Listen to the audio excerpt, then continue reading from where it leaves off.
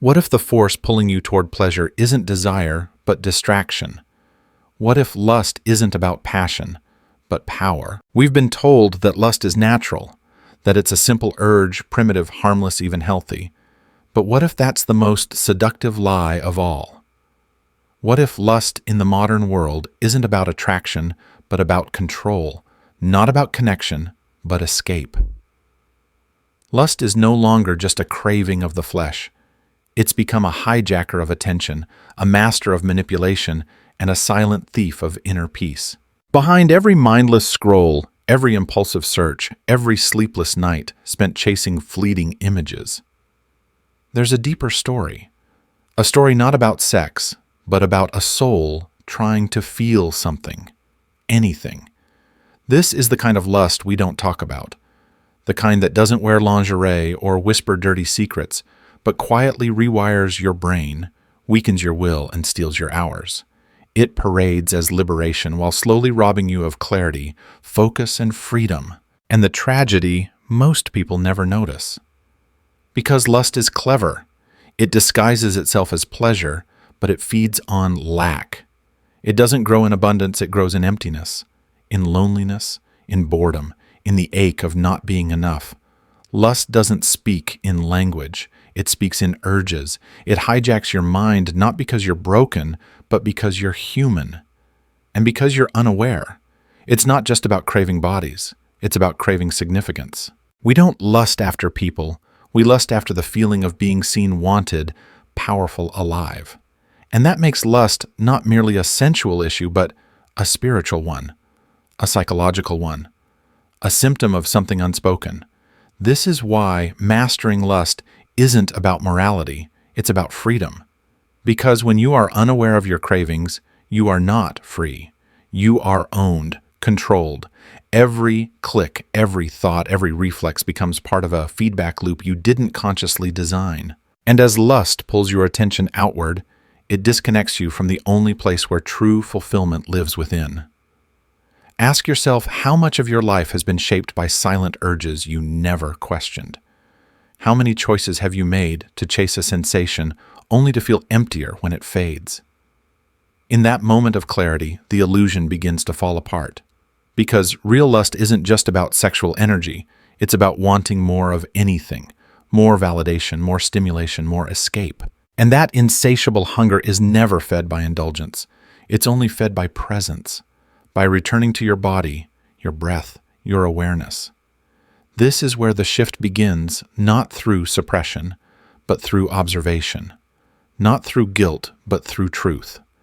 When you realize that your craving isn't for skin or fantasy, but for meaning, connection, and peace, lust loses its grip. And from that place of awareness, something powerful awakens. You stop reacting. You start noticing. You begin to separate your truth from your triggers. You reclaim your energy one breath at a time. Lust didn't make you weak. Unawareness did. But the moment you see it clearly, you step into your strength. The kind of strength that doesn't chase illusions, but creates reality. You don't kill desire. You elevate it. You don't fear the fire. You wield it.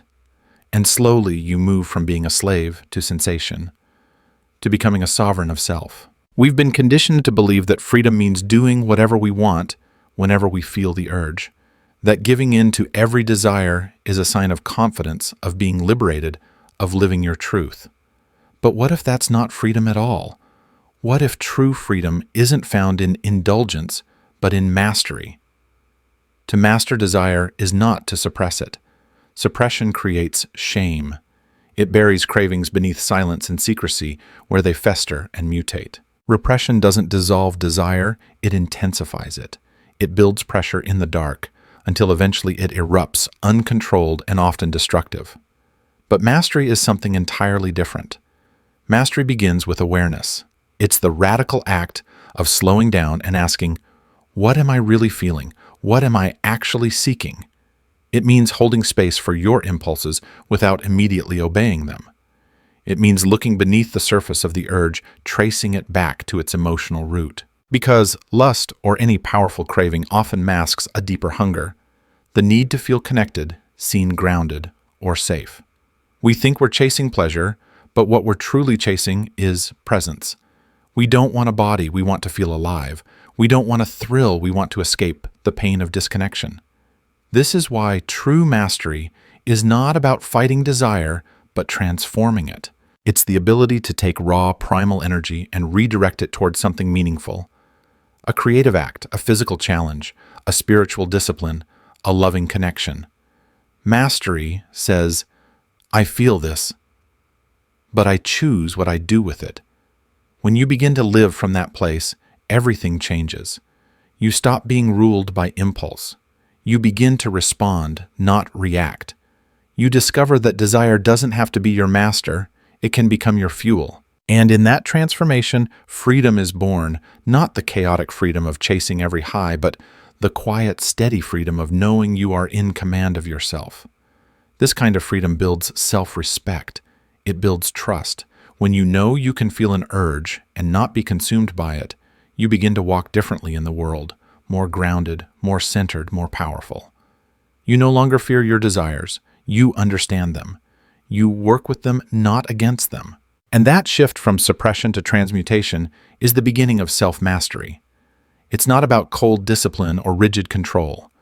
It's about aligning your energy with your values so that even your deepest longings serve your highest self. In the end, this is what freedom really looks like. Not craving less, but craving with clarity. Not desiring less, but desiring wisely. Not denying the fire within you, but learning to guide its flame. Because when you master desire, you don't become less alive. You become fully awake. Lust doesn't arise from fullness. It doesn't bloom when your soul is content, your heart connected, or your mind at peace. It emerges in the silence between things when something feels missing, broken, or not enough. Lust doesn't stem from love. It grows from lack, from the ache of what hasn't been healed, from the wounds that never got words.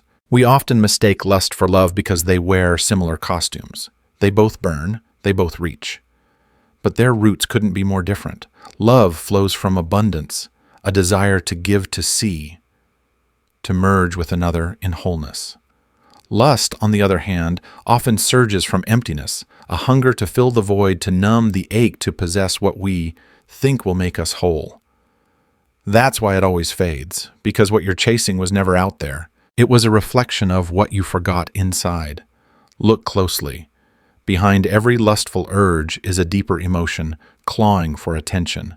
Loneliness, insecurity, anxiety, boredom. We don't always recognize them because our culture teaches us to respond to discomfort not with curiosity, but with distraction. Instead of asking, why am I restless, we open a new tab. We scroll, we seek stimulation. But the momentary high doesn't soothe the real pain, it just buries it deeper. You may think you want the body, the rush, the release. But more often than not, what you truly crave is to feel enough, to feel worthy, to feel seen. Lust tricks you into believing that fulfillment is one image, one encounter, one message away.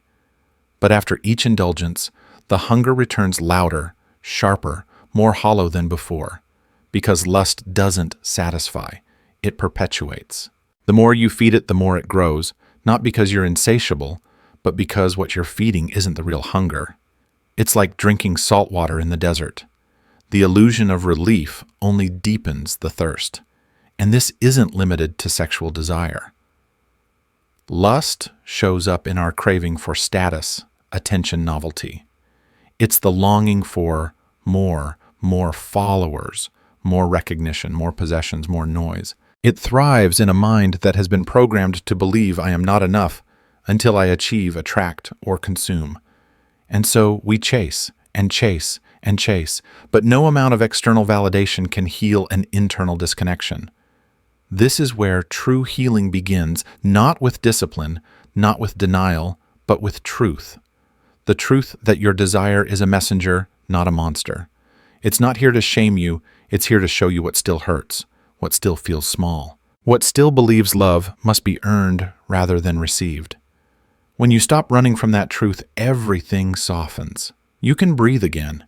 You can sit in the discomfort without immediately reaching for escape.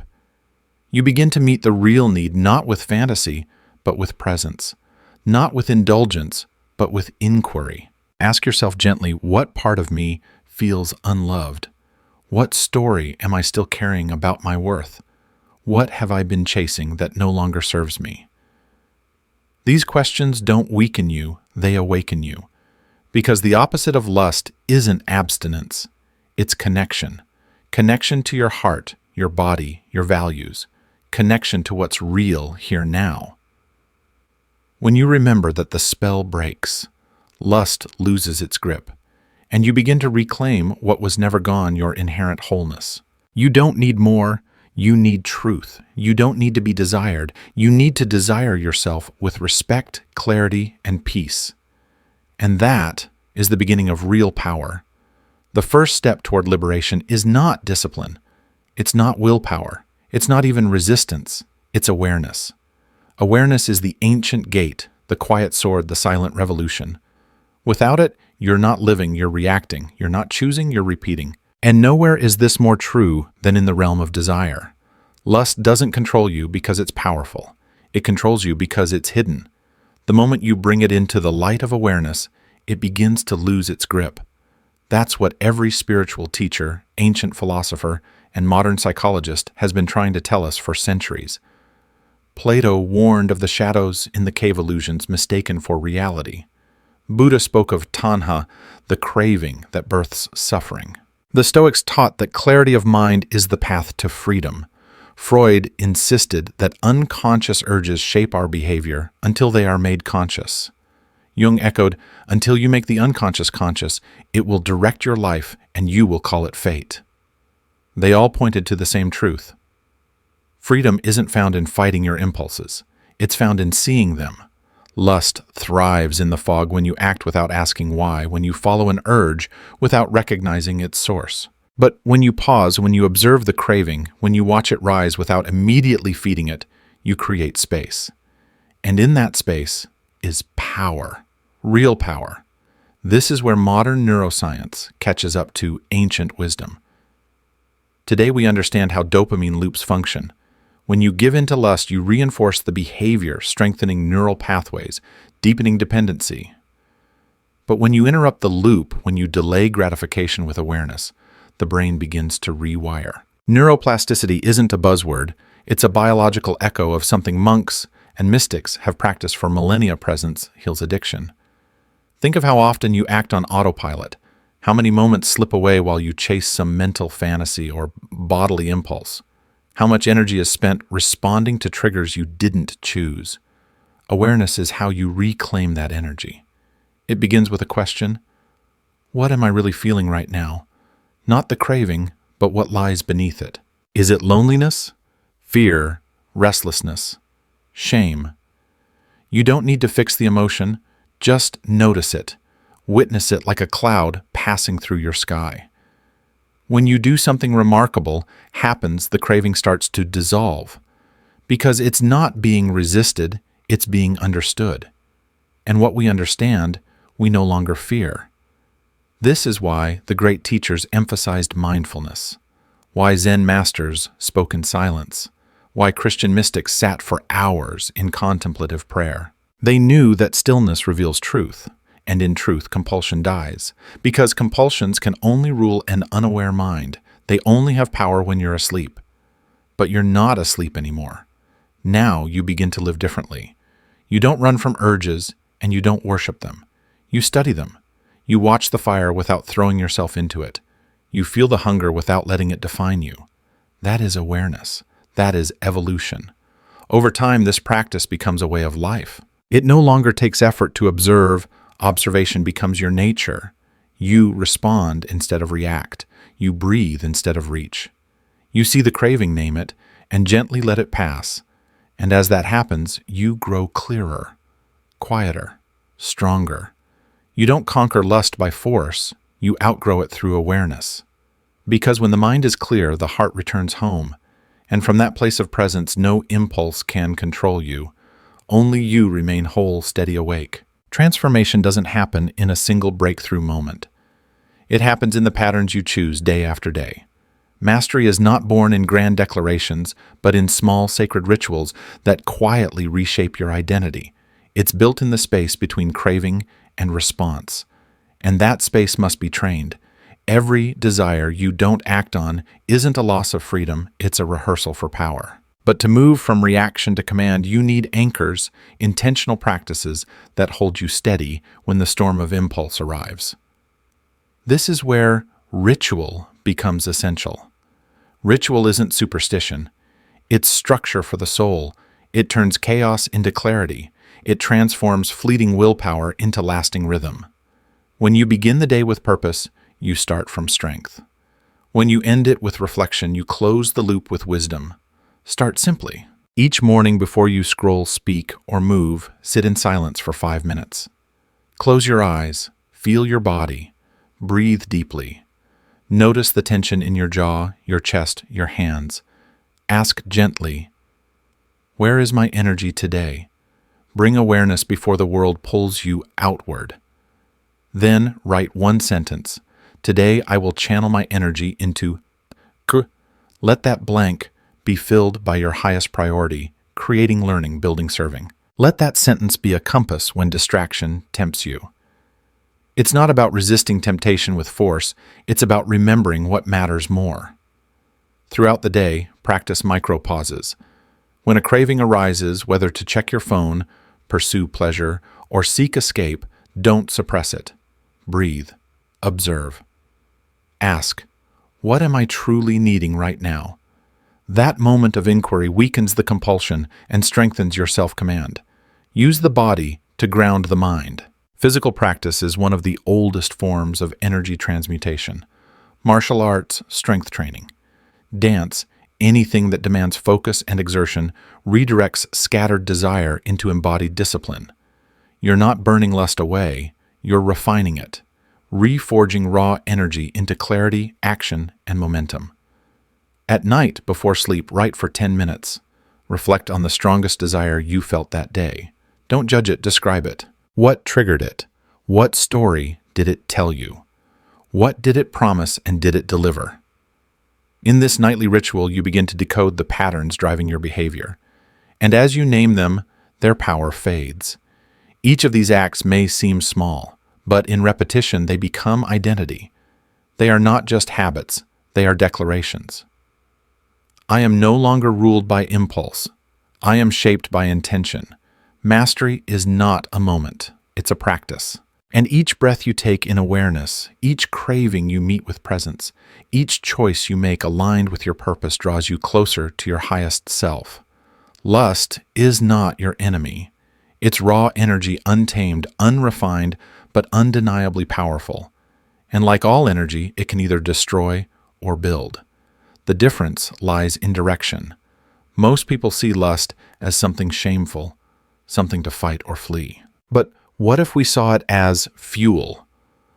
What if instead of resisting or indulging it, we redirected it toward creation, toward connection, toward something higher than the craving itself? The truth is, lust carries within it the blueprint of life force. It's what drives reproduction, art, exploration, even spiritual awakening when properly channeled.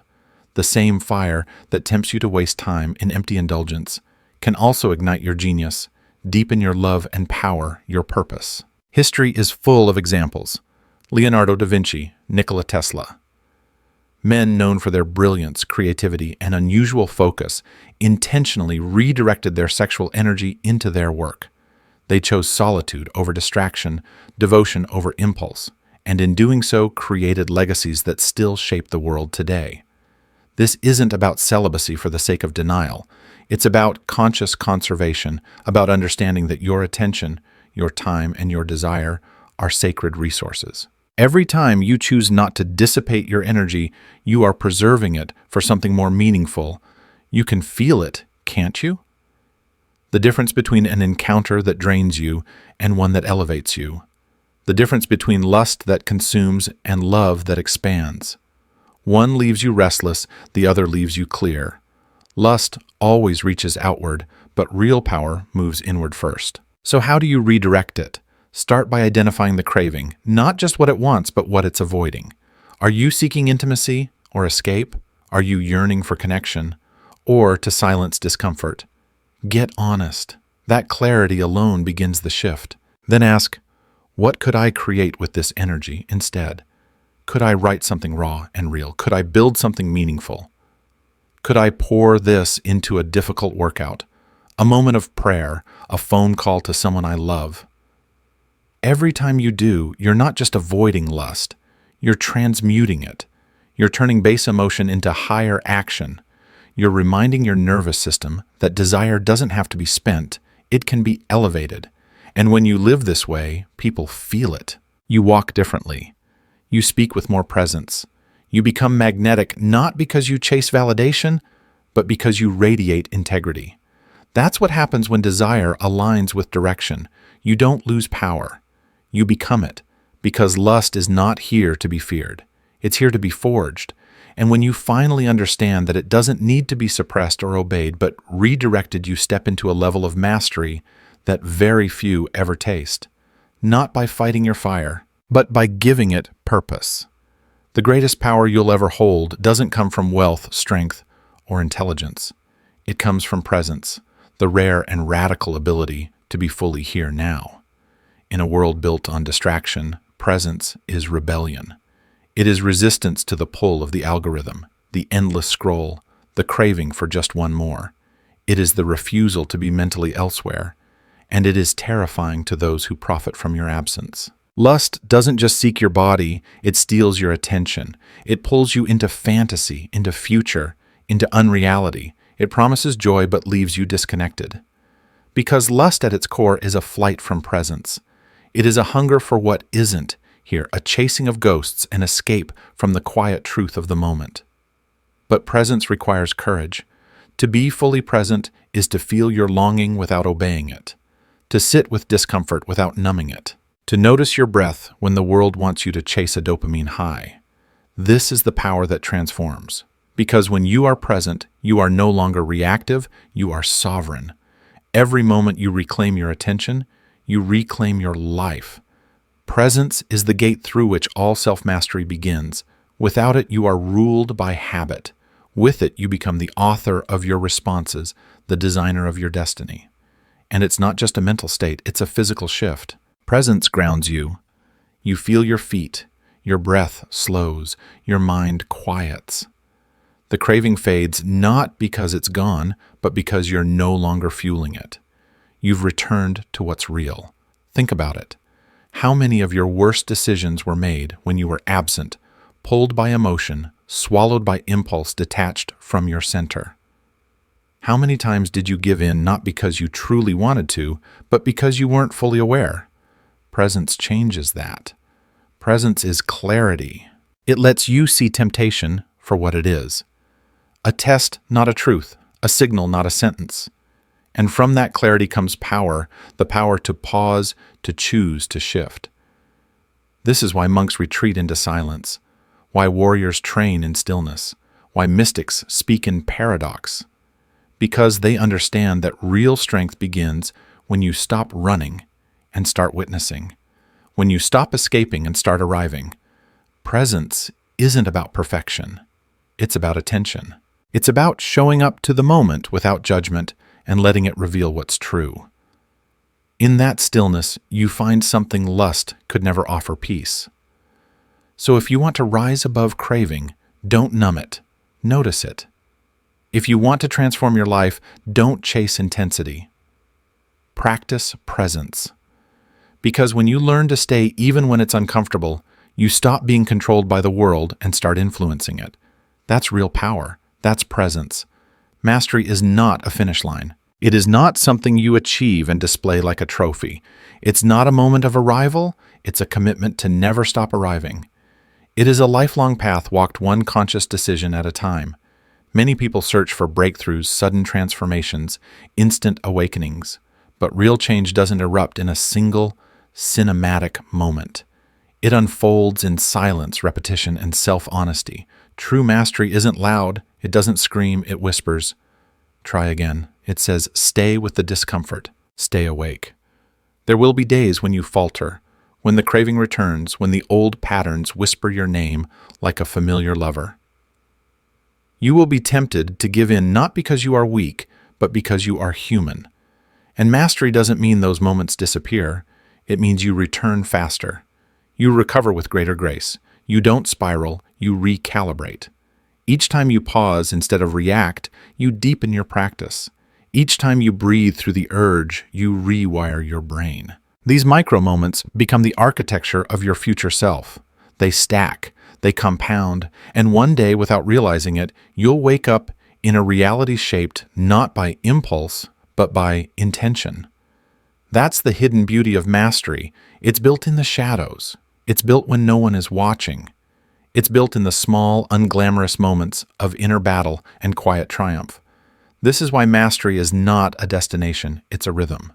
A way of living that keeps you aligned with your highest values, even when the world pulls you off course.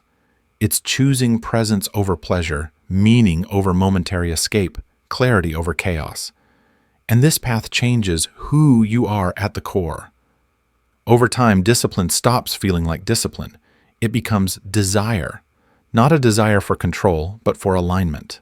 You no longer want the quick fix, the temporary thrill. You want what's real. You want the grounded power that comes from consistency, from knowing that you are showing up for yourself day after day. That's what makes mastery magnetic. Not perfection, but integrity. Not performance, but presence. People feel it in you. They trust it. Because in a world full of noise, the person who lives with quiet strength stands out like a lighthouse in a storm. And yet, even as you ascend, you must remain humble. The journey never ends. There is always more to learn, more to refine, more to release. But that's not a burden. It's a gift. Because every step forward makes you more whole, more rooted, more alive. Mastery isn't about being untouchable. It's about becoming deeply reachable by truth, by growth, by life itself.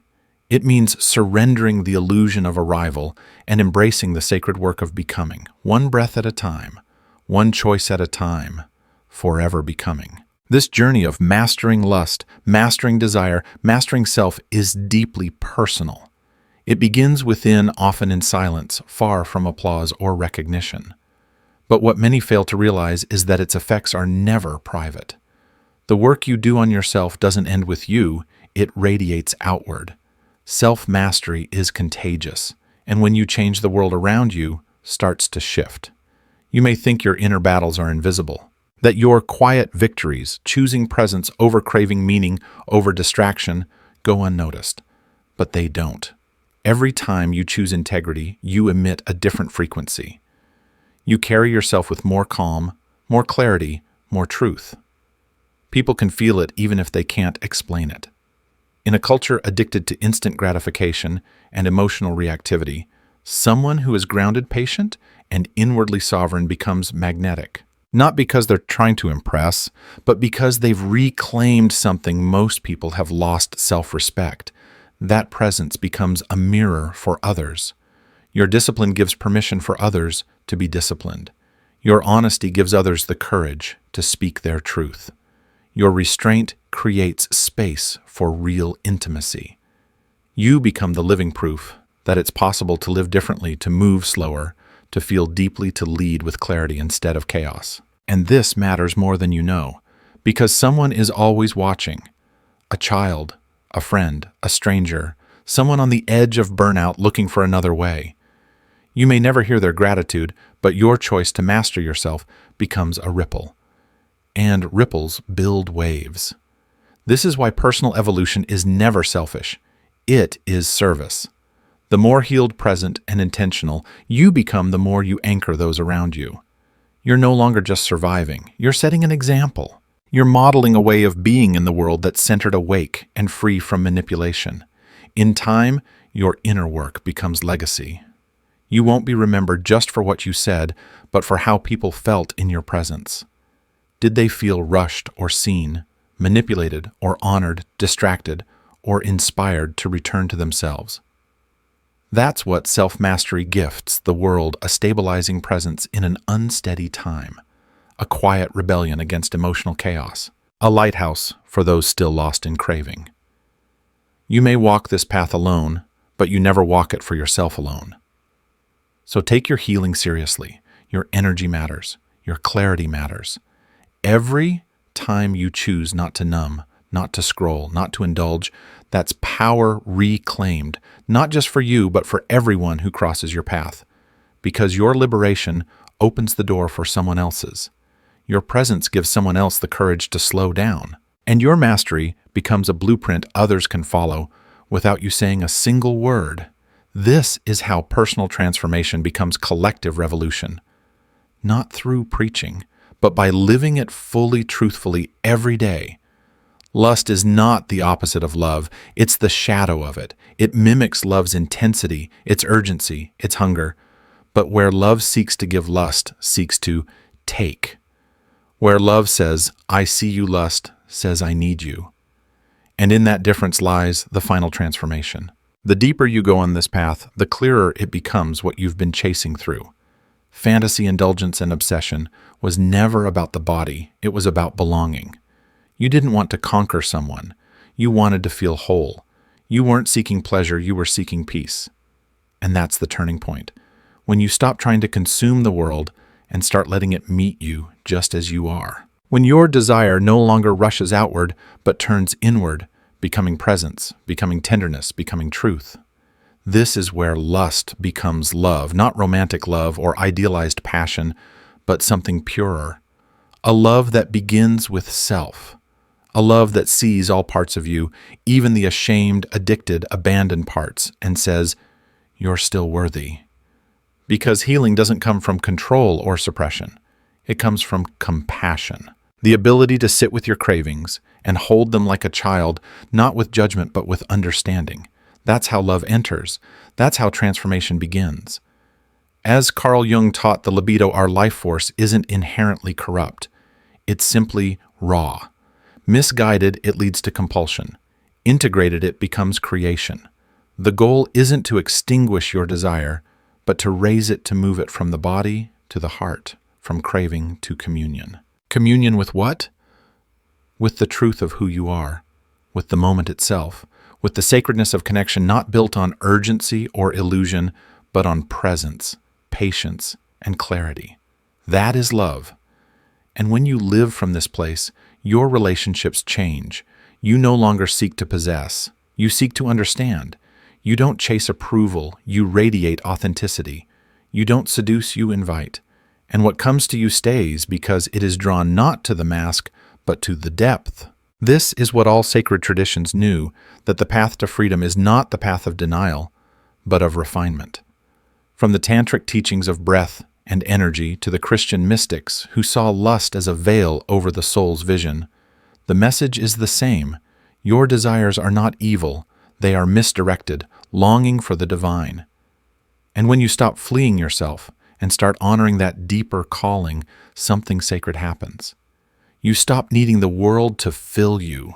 You become the fullness itself. The craving fades, the obsession dissolves, and in its place something still radiant and whole emerges.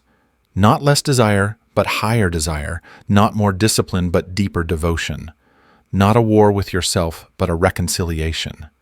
This is the final alchemy from lust to love, from emptiness to wholeness, from chasing illusions to coming home. In a world of endless stimulation, the greatest power you can cultivate is not more control over others, but deeper awareness of yourself. Lust isn't just about sexuality, it's about the desire to escape discomfort, to silence loneliness, to feel significant. The real danger isn't the craving itself, but the unexamined impulse behind it. The message is clear. Your desire isn't the problem. Your relationship to it is. True transformation doesn't come from shame, suppression, or denial. It begins with observation, with the courage to pause and ask, what am I truly hungry for? Is it connection, rest, purpose? And once that need is seen, the compulsion begins to loosen. Through daily rituals, breathwork, journaling, mindfulness, you reclaim your attention and redirect your energy. Lust becomes not something to fight, but something to refine. You stop reacting and start creating. You move from emptiness to clarity, from craving to contribution. Most importantly, your inner work matters beyond just your life, your presence, your discipline, your quiet self. Mastery becomes a gift. It inspires others. It models a different way of being in a distracted world. You don't need to be perfect. You need to be present. And in that presence, your power returns. This is the deeper truth. Mastery doesn't begin with resistance. It begins with awareness. And from that awareness, you build a life not ruled by impulse, but guided by meaning.